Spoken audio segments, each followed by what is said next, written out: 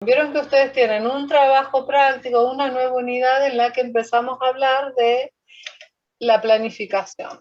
Para poder pensar en la planificación, antes tenemos que tener en cuenta algunas cosas básicas que tienen que ver con la generación, la observación, la puesta en escena, digamos, de la tríada didáctica, el sujeto, el contenido y el objeto de enseñanza. Entonces acá nos paramos en empezar a pensar que nuestro punto de partida es el niño, el bebé y el niño y la niña de jardín maternal.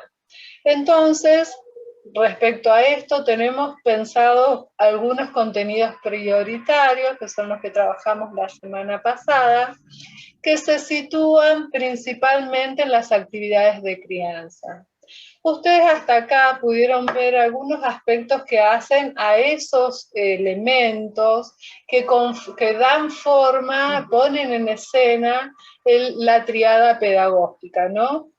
Y esta idea de que el sujeto de maternal es un sujeto particularísimo, porque tiene una dependencia directa de la docente, directa del maestro y de la maestra o de quien ejerce esa función de cuidador, de cuidadora. En general las cuidadoras son mujeres, no sé, creo que el 100%.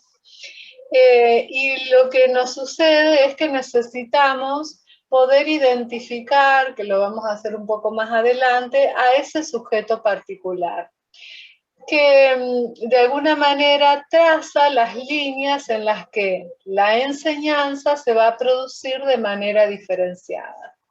Hasta acá el puente entre lo que vieron ustedes respecto del contenido, respecto de cómo abordar ese espacio concreto donde se va a desarrollar la acción de enseñanza, y me refiero al escenario, va diagramando una pauta, una idea, un esquema acerca de cómo va a ser la planificación. Entonces acá empezamos a pensar algo muy importante, que es cómo empezar a gestar las propuestas de enseñanza. En el capítulo 8 de Pedagogía de la Crianza, del trabajo anterior, ustedes tenían algunas características acerca de esos elementos necesarios para pensar la situación de enseñanza. Entonces, el título que tenía el capítulo era Cómo pensar propuestas de buena crianza. Hoy vamos a abordar eso concretamente, porque a lo que queremos llegar es a pensar la planificación. Entonces, hablamos de la tríada pedagógica, hablamos del sujeto concreto, que es diferente de otros sujetos. Hablamos del objeto de conocimiento que está ligado a las acciones de crianza. Hablamos de que esas situaciones de crianza tienen que estar resguardadas, tienen que estar habilitadas en un espacio concreto, que es el escenario de la crianza. Y que ese escenario se desenvuelve dentro de la sala, ¿no? Y bueno, que todos estos elementos que acabo de volver a mencionar rápidamente son los que nos van a permitir elaborar la propuesta de enseñanza. Y entonces allí nos vamos a meter hoy en las propuestas de buena crianza. Es decir, cómo ustedes van a anticipar algunas cuestiones para poder empezar a planificar. La diferencia sustancial entre la crianza hogareña y la crianza de la institución, de nuestra institución Jardín Maternal, es que nuestras acciones están planificadas, están pensadas previamente, están desarrolladas desde un lugar pedagógico que define a un sujeto determinado, diferenciado incluso del sujeto del jardín de infantes. Miren qué importante. Nosotros no, hablamos, sí, de nivel inicial, pero el bebé y el niño de 0 a 2 años es abismalmente diferente al de 3, 4 y 5.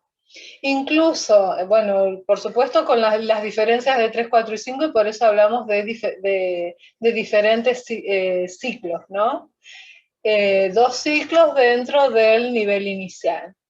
Y el lugar en este punto, el lugar preponderante que adquiere la maestra o el maestro o quien ejerce ese lugar. Y ahora se van a dar cuenta por qué les digo estas cosas. Cómo armar propuestas de buena crianza, principios pedagógicos y didácticos. Pedagógicos, bueno, hay una diferencia, ¿no? La pedagogía se refiere a toda la cuestión de la enseñanza y del aprendizaje de manera simultánea, integrada, y en cambio con la didáctica, que es una disciplina mucho más joven, la pedagogía viene de allá, lejos, lejos, lejos, de hace como 500 años. Y la didáctica tiene, no sé, es re joven, como yo. Y la pedagogía sería como Mirta Legrand, así más o menos para que se ubique. En el jardín maternal, la enseñanza es una de las formas de asumir la crianza entre la institución escolar y la familia que trae a ese niño, esa niña, vamos a hablar de bebés principalmente, a este nuevo espacio, ¿no? Entonces, complementaria porque ambas instituciones se reúnen para acordar qué es lo que se va a enseñar, de qué manera. Y cooperativa porque requiere de ayuda mutua, ¿no? Unos ayudan a otros y no puede haber enseñanzas dispares, por eso es complementario. Otra cuestión que destacamos del jardín maternal es que hay una anticipación, lo que les comentaba hace un ratito. Todas nuestras acciones tienen un carácter formativo, ¿sí? Entonces nuestras acciones están anticipadas, son elegidas, nosotros las elegimos, pero bueno, no porque se nos ocurren, sino porque son provistas de acuerdo al diseño de jardín maternal. Entonces, esas actividades, de acuerdo al grado el grado evolutivo de ese niño pequeño, está en función de los conocimientos que puede adquirir dentro de la línea de lo corporomotriz. ¿Sí? Estas son las primeras funcionalidades que adquiere el sujeto y con las que nosotras vamos a trabajar. Entonces, hay un criterio de intencionalidad sin lugar a dudas. Es necesario poder pensar que hay ciertas características de la situación de enseñanza que son necesarios regular, reconocer, anticipar, para poder hablar acá puse yo enseñanza-crianza, con esta idea de que los conocimientos primordiales que se desarrollan en esta etapa de los 2 primeros años de vida están vinculados al sueño, a la alimentación y a la higiene del niño pequeño. Entonces aparecen una serie de elementos o de aspectos que ustedes deben contemplar para poder armar la planificación y para poder atender a esa situación que es, por ser justamente tratarse de un trabajo individualizado, en el que hay un protagonismo y una intervención de parte del docente mayor que en las salas de 3, 4 y 5, aunque en las de 3 sigue habiendo esa intervención en cuanto a la idea del trabajo uno a uno, ¿no? Lo mismo sucede en los 2 primeros años de vida. Es necesario poder focalizar la atención en la individualidad. Y esto es un rasgo fundamental para entender de la crianza, porque necesariamente tengo que vehiculizar todo un escenario que favorezca esta posibilidad de que yo pueda intervenir en situación individualizadamente. Bueno, estos elementos son, ahora los voy a desarrollar, pero se los menciono. La organización de los grupos. el ambiente institucional, el diseño de los escenarios, el tiempo fundamental, materiales, qué uso, cómo lo distribuyo, qué tipo de material, las actividades de crianza, las que acabamos de mencionar, los momentos de juego individual y grupal, que nosotros vamos a privilegiar los juegos individuales en función de poder atender la individualidad en relación a otras necesidades y prioridades. Porque el tema de cambiar el pañal es una acción que no puede extenderse a lo largo de la mañana de la sala, sino que es necesario que sea atendida inmediatamente a lo sucedido, ¿no? Entonces, desde allí es importante poder instrumentar otros espacios para que el resto de los bebés o deambuladores puedan continuar con un ejercicio mayormente autónomo. La secuenciación de las actividades, bueno, se refiere concretamente a un tipo de planificación propia, apropiada para el jardín maternal, que, bueno, conjuga contenido con la situación individual de ese niño pequeño, ¿no? Atendiendo a su grado de desarrollo. Y la otra cuestión es que para tener en cuenta son las relaciones, así entre comillitas, que se pueden producir entre los niños y niñas. Evidentemente, las acciones en general están más ligadas a propuestas individuales en las que cada niño, de acuerdo a su grado evolutivo, sacando selfies, la linda,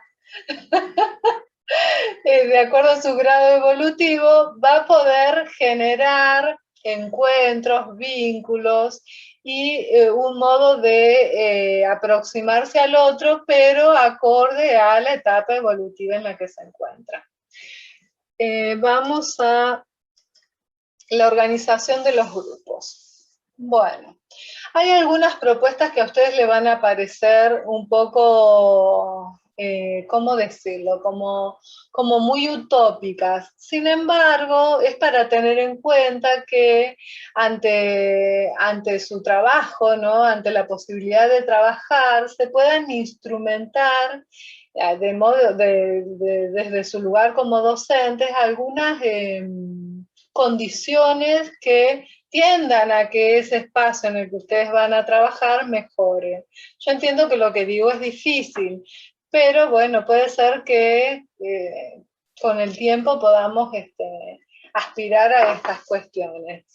Una es la persona clave, ¿no? Se define la persona clave como aquella persona que está de manera constante y continuada, ¿no?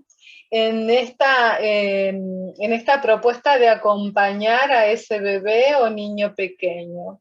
Es necesario como la figura de apego, ¿no? Entonces, como la figura familiar, ¿no? De la función materna, lo que permite que haya una identificación de ese niño pequeño con ese sujeto. Entonces, en el maternal, no se puede esquivar no se puede negar esta relación básica que se produce entre Joana y ese bebé, entre Marisa y ese bebé, ¿sí? Es necesario que haya un contacto que está definido desde lo corporal. Por eso, bueno, dice Calmer que la corporeidad se construye, ¿no? Se construye en relación a ese otro. Y la maestra es la figura clave en este sentido. Por eso es que tiene que estar. Alternancia y complementariedad quiere decir que, bueno, se propone que haya dos maestras al menos, dos personas al menos, ante el cuidado de esos niños y niñas pequeños, ¿no? Porque justamente a veces, bueno, se dan otras acciones dentro de la sala y, por ejemplo, en el momento bueno, ya lo dije del cambiado, pero bueno, le agregamos otra situación a esta cuestión del cambiado, que tiene que ver justamente con no descuidar al resto del grupo, ¿no? Entonces, bueno, van a haber dos personas ahí y que puedan alternar en su función, pero también complementarse en los roles, ¿sí? Esta sería la función. Bueno, otra de las cosas que aparecen muy interesantes es poder integrar lo que sucede en el hogar, las pautas de crianza del hogar con lo que sucede dentro de la sala. Entonces, en las entrevistas iniciales se centra la mirada en qué le gusta comer. Vieron que hablamos de eso en relación a los contenidos.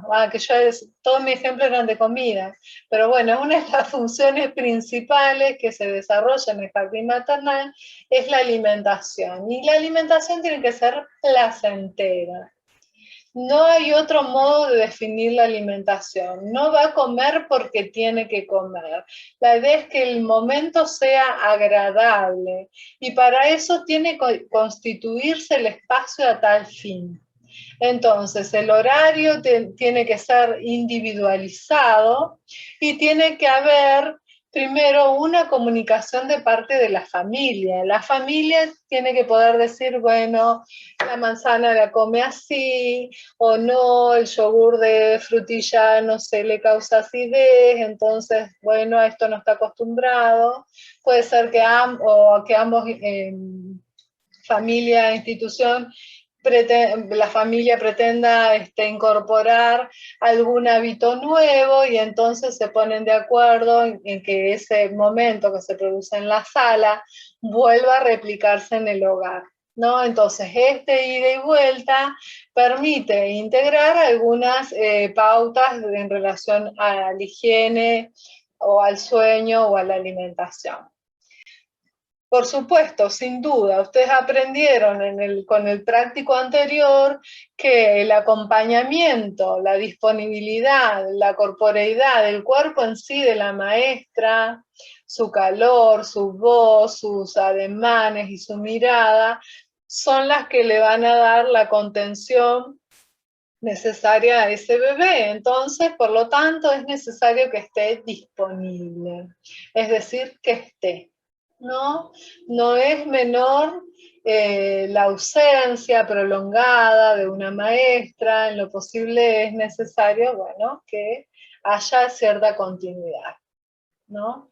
Además, profe, ¿cómo influye muchas veces en los grupos cuando la docente se enferma bueno, o le sucede algo, que el mismo grupo, cuando uno va, ya no es el mismo, ya quieren hacer lo que ellos quieren, lloran, es como que se arma un revuelo y uno se encuentra a veces en esos aprietes de no saber cómo llevar al grupo adelante. Bueno, ligado a la permanencia con el mismo grupo, la continuidad del docente al año siguiente aparece como una posibilidad importante que puede generar ese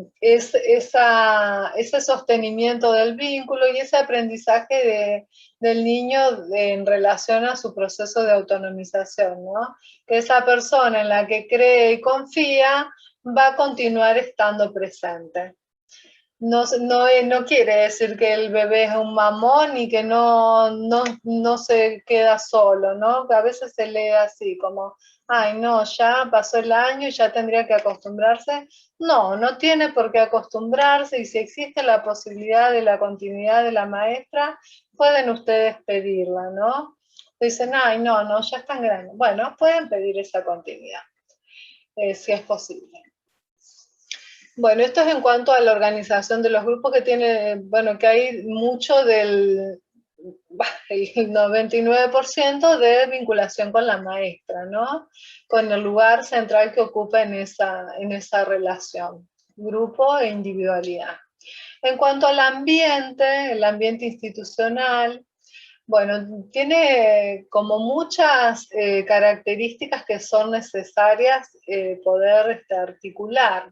Es un ambiente acogedor para el personal, bueno, como lo que pediría, punto número 1, para el personal, la familia y los niños. O sea, tiene, por supuesto, generar la mejor predisposición desde ese lugar para que resulte placentero para todos los actores institucionales. Imagínense, si no tienen esa contención, difícilmente puedan replicarlo en su grupo de niños y niñas, ¿no?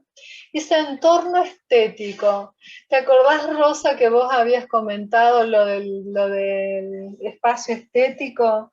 Yo estuve leyendo un poco de eso y se Sí, refiere... lo acabo de leer acá, entorno estético. Digo, hará referencia a lo mismo que le pregunté la clase pasada. Sí, yo no volví sobre el diseño en ese momento, ¿no? Pero la idea que transmite esto es de pensar en espacios que no estén contaminados de estereotipos, ni que tengan colores estridentes o sobreestimulación. Dibujitos o dibujos así, que estén todos estereotipados. Claro, por eso, que no haya imágenes estereotipadas o de dibujos animados, Disney o la Hello Kitty, no sé. Esos bueno, que de alguna manera habría que ver cuál es el sentido de su incorporación, ¿no? Entonces, que para eso ya está la televisión, ahora el YouTube a la carta, todo ese tipo de programación que tiene su contenido que es comercial, básicamente, que no tiene la intención de educar a nadie. Claro, eso es lo que pensaba, ¿no? Que por ahí dibujos así como que también fomentan esto de lo que es el consumo, el consumismo, ¿no? Claro. ¿Vieron ese juego que está de moda en los nenes chiquititos? No me acuerdo cómo se llama, pero es un videojuego que salen todas las remeras. Yo digo, ¿cómo los nenes de 3, 4, 5 años saben que es el juego de moda? ¿Dónde? El Among Us, dice usted. Among Us, sí. El del extraterrestre. Among Us. Among Us. Exactamente. Y cómo se convierte en un fenómeno que al final la familia, en vez de sacarlo de ese lugar de estereotipo, lo consolida, le da más fuerza comprándole la remera, la gorra y el globo para el cumpleaños. Y ahí la compré. Y la maestra jardinera hace lo mismo. No se crean que hace muy diferente. Dice, ¿le gusta Mungus? Bueno, vamos todos con el Mungus. Bueno, hay que tener otras propuestas también. Bueno, a eso se refiere con la calidad. Participación familiar en la ambientación. Una cosa muy bonita es pensar, aunque a veces, nos causa algún dolor de cabeza, es pensar qué es lo que puede aportar la familia en esa ambientación. Bueno, algunas propuestas es que la clásica es que traigan su propio almohadón, eso se lo piden en la sala de 5 de cajón. Pero bueno, algo más personalizado puede ser pensar en algún espacio particular de la sala en la que sea el lugar como de confort familiar o un lugar de lectura. A mi hijo le habían hecho un trapo. Teníamos que llevar un trapo personalizado.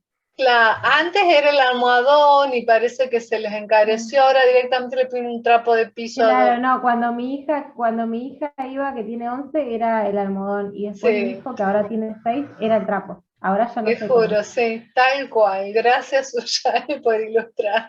Pero yo en una actividad que hace 2 años pedí almohadón. ¿Viste? Muy bien. Volvió al almohadón. Se la pincha Marisa. ¿Qué pasó? Se deben haber quejado, ¿no? Porque a veces se gastan en otras cosas y no se le presta. Yo lo pedí porque, primero que es más cómodo. Dos funciones. Justamente es más cómodo. Sí. ¿Cómo? Le dábamos en el sentido, dos funciones. Sí, justamente. Para descansar Sí. y para sentarse, para que no pudieran apoyar la cola en el piso y que esté fría.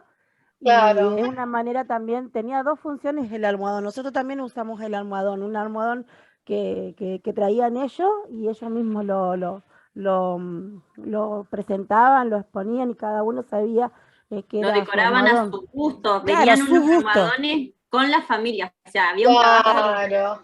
Bueno, ese tipo de participación en algo de la sala también es importante. Bueno, hay que buscar otras posibilidades también.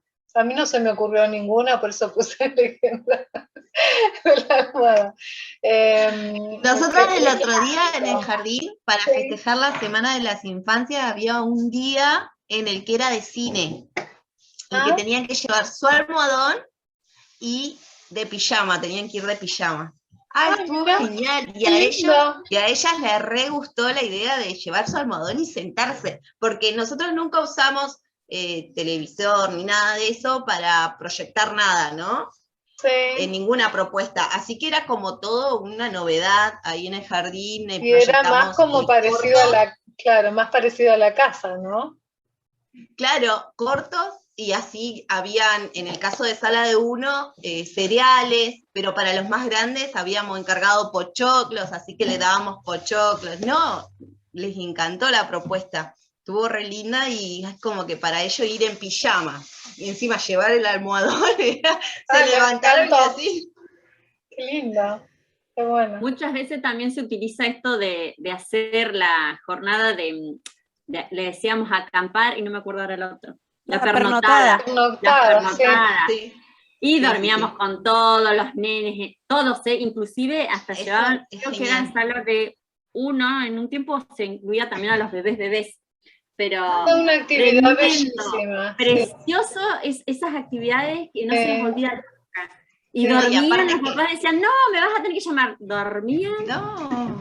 Claro, porque habían tenido actividades, claro. Justamente. Es genial, porque aparte es algo diferente, ponele. Nosotros en sala de 1, por ser más chiquitos y más chiquitas, es como que era cena, iban a cenar solamente al jardín.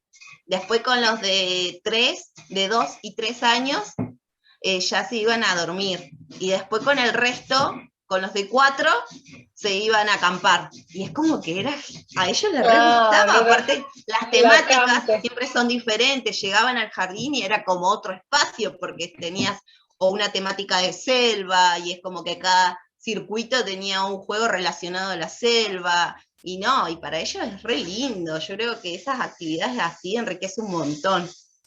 Sí, totalmente. Profe, bueno, sí.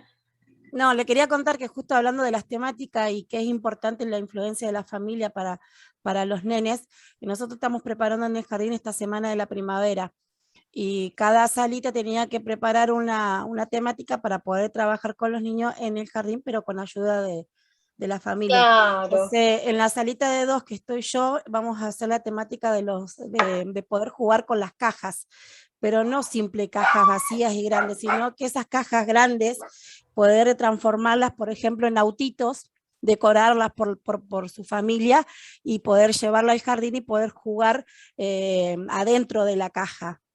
Entonces esa temática una actividad ideal para los ambuladores. Y es una actividad para los nenes deambuladores. Hoy llevaron y estaban felices porque cada uno llevó su auto, y es importante que cada uno tenga su auto. Objeto. El objeto, porque siempre pasa en los jardines que hay uno que se olvida, que llega tarde, pero bueno, ahí está el acompañamiento de la docente con el grupo para poder trabajarlo también, pero son anticiparse a eso me parece genial lo que eso también es importante, sí, porque el nene se da cuenta. Entonces justo somos 2 salitas de 2, entonces le faltaba a alguien, y antes de que se notara, listo, me prestás uno, y eso también es el trabajo de dupla, porque al que le falta, mira, yo tengo, para que el nene no se dé cuenta de que le está faltando, y para que no cause ninguna sensación mala porque su familia no está. A veces no ha pasado cuando hacemos actividades. Sí, tal vez no se van a dar cuenta de eso hacia ese nivel, pero sí la ausencia del juguete en ese momento, ¿no? Exactamente. Queda un minuto, profe. Bueno, ahí volvemos. Juguetes a su alcance como parte de la organización tiene que ver con dejar parte del material de uso concreto a la altura, ¿no?, del niño, para que pueda tenerlo a su alcance. Más lo dije en Capicúa, a su alcance, a su alcance. Una de las cosas que aparecen recurrentemente es la necesidad de encontrar una ocupación en el mientras tanto, mientras comen, mientras otros duermen, mientras se da el cambiado del pañal, mientras algunos se lavan las manos, su carita, o bueno, todas esas acciones que hacen que la seño, que la maestra, que persona que está a cargo de esos niños tenga que ocuparse de esa situación particular. Juguetes.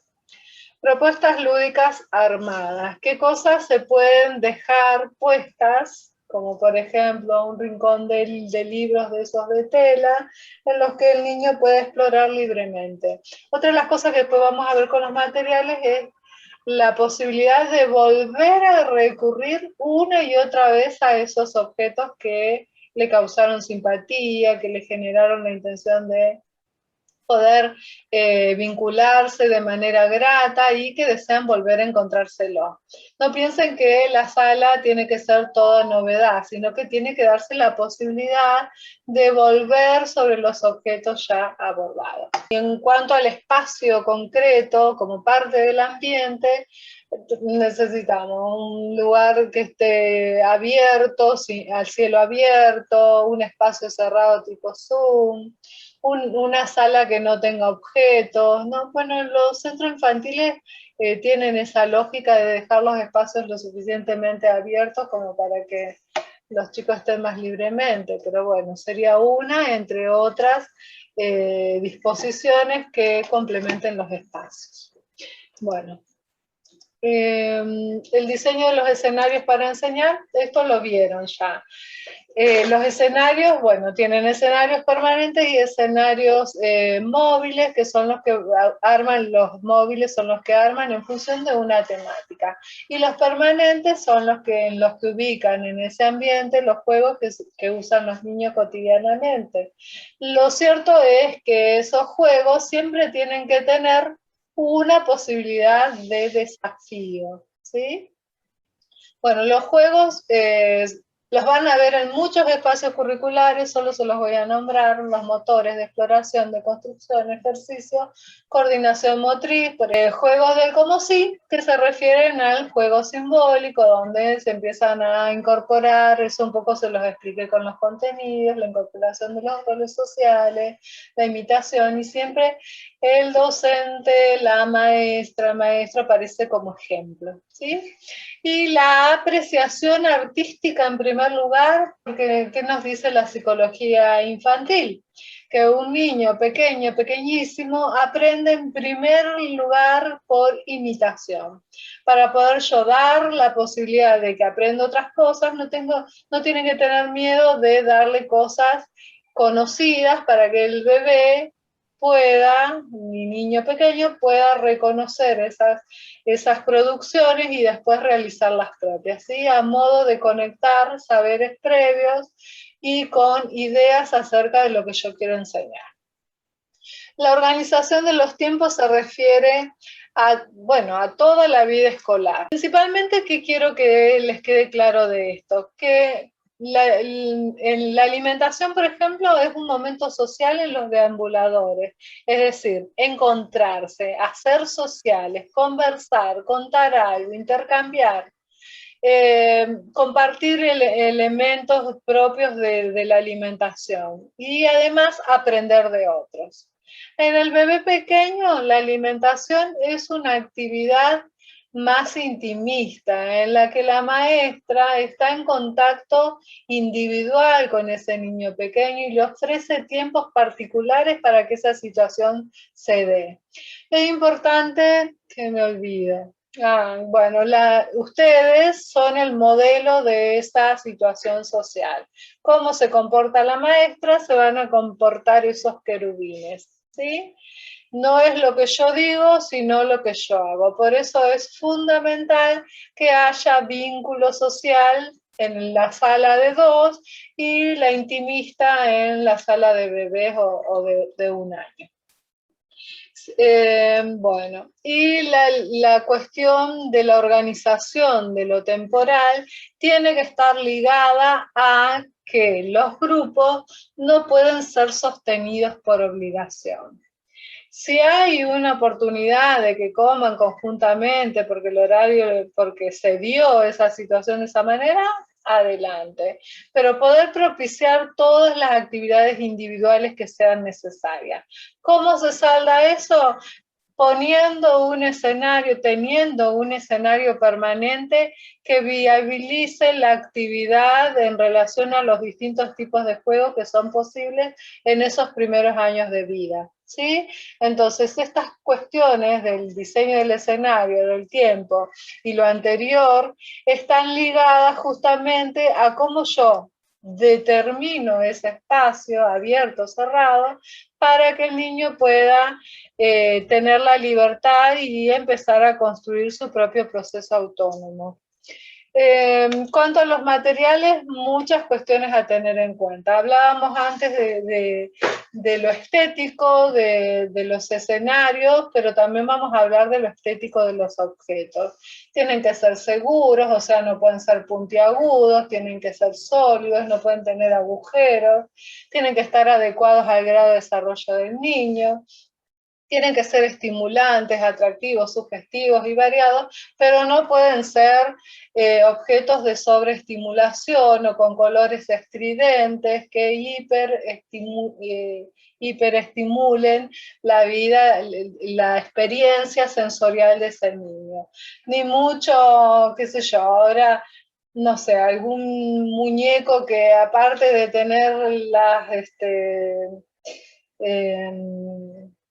las pelotitas relajantes esas de telgopor en los pies, tiene en la panza, tiene un tipo de material, la cabeza hace un ruido que es terrible, ¿no? ¿Vieron esos juegos que tienen un montón de sonidos en los que el niño termina huyendo de esos objetos? Bueno, tienen que tener la estimulación en el grado necesario y en el grado adecuado al desarrollo evolutivo de ese niño. Entonces, otra de las cosas que hay que evitar es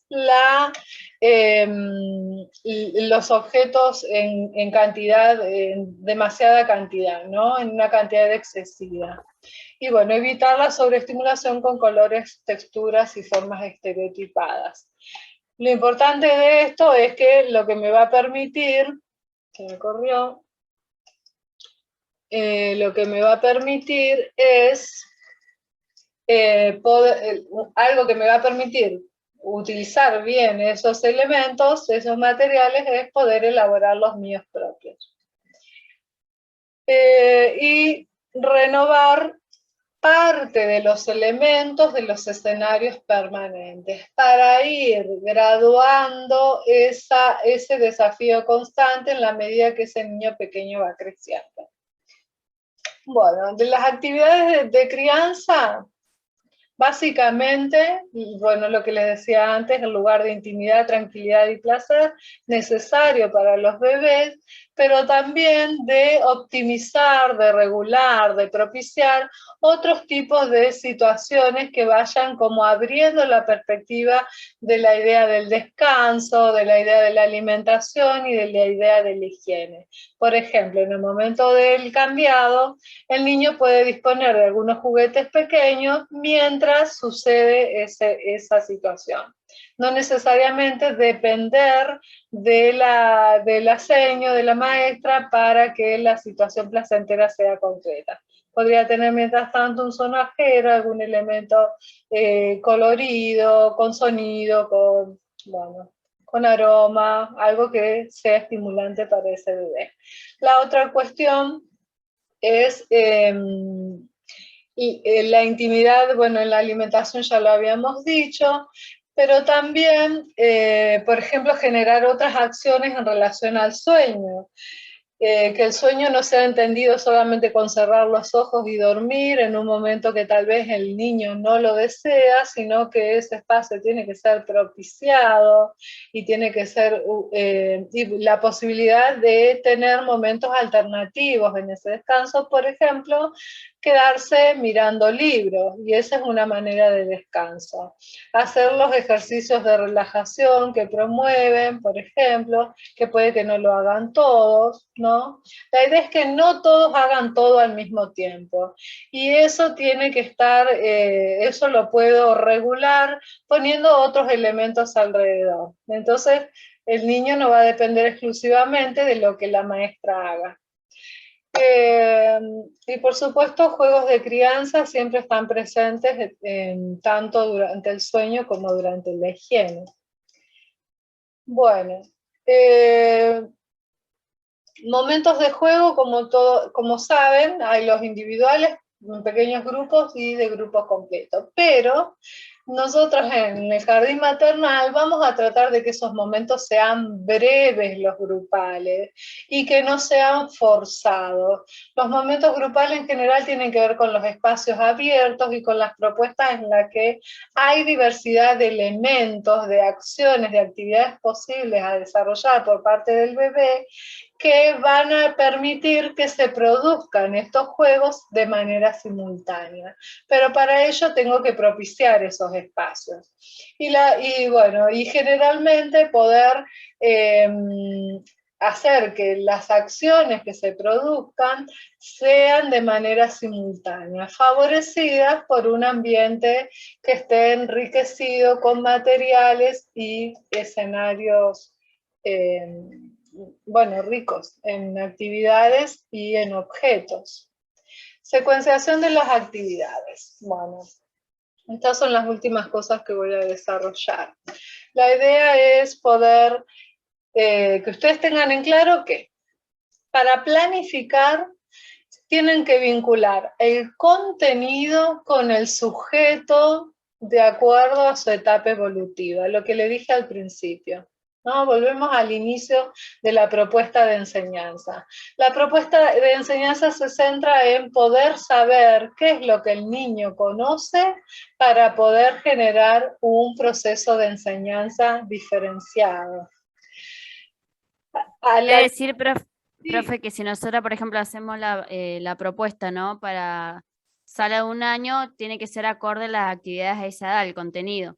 No podemos preparar algo para un nene más grande, por ejemplo. Exactamente, eso, pero además poder conocer cuáles son las características de ese proceso evolutivo, pero también saber qué es lo que sabe ese nene. ¿Cómo yo sé qué es lo que sabe? Primero, permitiéndole necesariamente en cada una de las actividades la exploración libre de los objetos. No tiene que haber ninguna secuencia de actividades en las que no se presentan los objetos. Los objetos tienen que estar ahí para que el niño, el bebé pequeño, las explore, las toque, las huela, las apriete, las haga sonar, se las acerque a la oreja, las mire detenidamente, ¿sí? Intercambie con otros. Toda esa etapa de exploración es lo primero que tiene que aparecer para yo poder después imaginar qué otras actividades serán posibles de acuerdo a ese objeto que estoy presentando. Mi pregunta es si también eso tiene que ver con una intencionalidad, o sea, tiene que estar escrito la intención de lo que se presente. Sí, tiene que estar escrita la intención de lo que se presente, que es la intención del docente. Tiene que estar la intencionalidad clara, pero también tengo que saber cuáles son esos saberes que tiene ese bebé respecto a la actividad inicial que yo le doy, ¿sí? Yo con la actividad inicial puedo darme cuenta cuánto de eso conoce o no. Por eso es necesario que haya exploración. No necesariamente sí tiene que ser la intencionalidad la exploración. Lo que yo estoy diciendo es que la exploración no puede faltar como principio de las actividades que voy a desarrollar con ese grupo de niños. La secuencia implica que hay una correlación de esas actividades. No puedo darle, no sé, juego con pelotas y después darle armar un rompecabezas y la tercera, no sé, un juego de esos de, no sé, les doy para pintar, ¿no? Las actividades tienen que estar continuadas, contextualizadas en una idea que yo sigo y que tienen continuidad. Para que tengan continuidad tienen que estar ligadas a un contenido, que capaz que Suyai, no sé si era Suyai o Wanda la que me están preguntando. Tengo que tener un contenido que es el que va a guiar esa secuencia de actividades. parece. Bueno, aparecen otros nombres como recorrido didáctico e itinerarios, ¿sí? Para que sepan. Ah, bueno, pulgarcito arriba de Wanda. Se vinculan los contenidos con lo que les decía, con lo que el sujeto sabe y con lo que se ofrece como objeto de enseñanza. Tiene que haber claridad en qué voy a enseñar, qué sabe ese niño y en qué etapa evolutiva está, para poder pensar la exploración, la continuidad en esa propuesta y una propuesta secuenciada, es decir, un paso a la vez.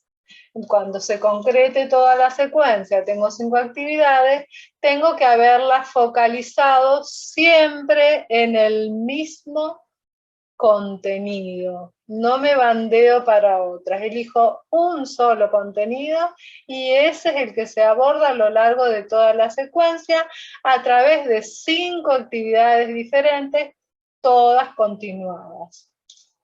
Bueno. Espero que eso les quede claro. Bueno, las relaciones entre niños y adultos, que son las que nosotras manejamos en el jardín maternal, tienen que priorizar los vínculos más cercanos al jugar. ¿Qué quiere decir esto? Que me centro en poder generar vínculos con mis niños, con los que tengo a cargo. Dedicar tiempo y espacio íntimo al cambiado del pañal, ya lo habíamos dicho. Los escenarios permanentes permiten acompañar el trayecto individual. Esto les decía que teniendo un escenario ya pautado dentro de la sala, permite que un niño pueda hacer su propio recorrido mientras me ocupo de otras cosas. De otros niños, más correcto. Porque no me puedo ocupar de otras cosas porque tengo que tener toda mi vista todo el tiempo puesta en el grupo. Eso es muy importante porque, bueno, y por eso la idea de que haya al menos 2 personas dentro de la sala. No imponer tiempos totales al grupo, también ya lo dijimos, tratar de poder generar esta individualidad, lo que lleva a un proceso de autonomización creciente.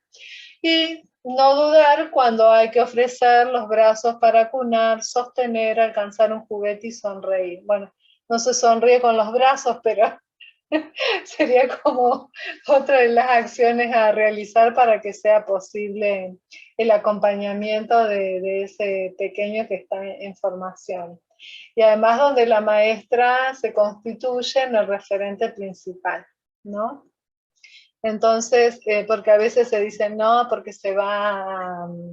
lo van a malcriar. No, los brazos son necesarios para poder cuidar, acunar, sostener y decirle a ese niño, acá estoy y te voy a cuidar dentro del tiempo que compartís conmigo, ¿no? Esto es muy importante que quede como mensaje. Bueno, chicas, hasta aquí la exposición. No sé si quieren hacer alguna pregunta, algún comentario, y con esto cerraríamos la jornada. Disculpen que fui súper acelerada, pero por ahí quería ver si podía terminar un poquito antes y bueno, dejarles, aunque sea unos 10 minutos, para que consulten. Profe. Sí. Entonces la parte 3, cuando es la planificación, tiene que ser para sala de bebés de 45 días a 2 años, ¿no? Perfectamente, sí. Listo. Empezar a mirar los contenidos del diseño curricular, amigarse con eso, anímense a tomar alguno y a partir de ahí diseñar una propuesta secuenciada, ¿sí? Entonces el punto 2 es con los contenidos que dice la fotocopia, Soto y Violante. Y la tercera parte es con el diseño. Contenido. Sí, ¿Así es? Así es, porque lo que van a hacer en la parte primera es teórico, que es un poco cómo se inició la cuestión de los contenidos, y en la otra directamente ya van a planificar. Entonces ahí tienen que empezar a pensar en la lectura del diseño,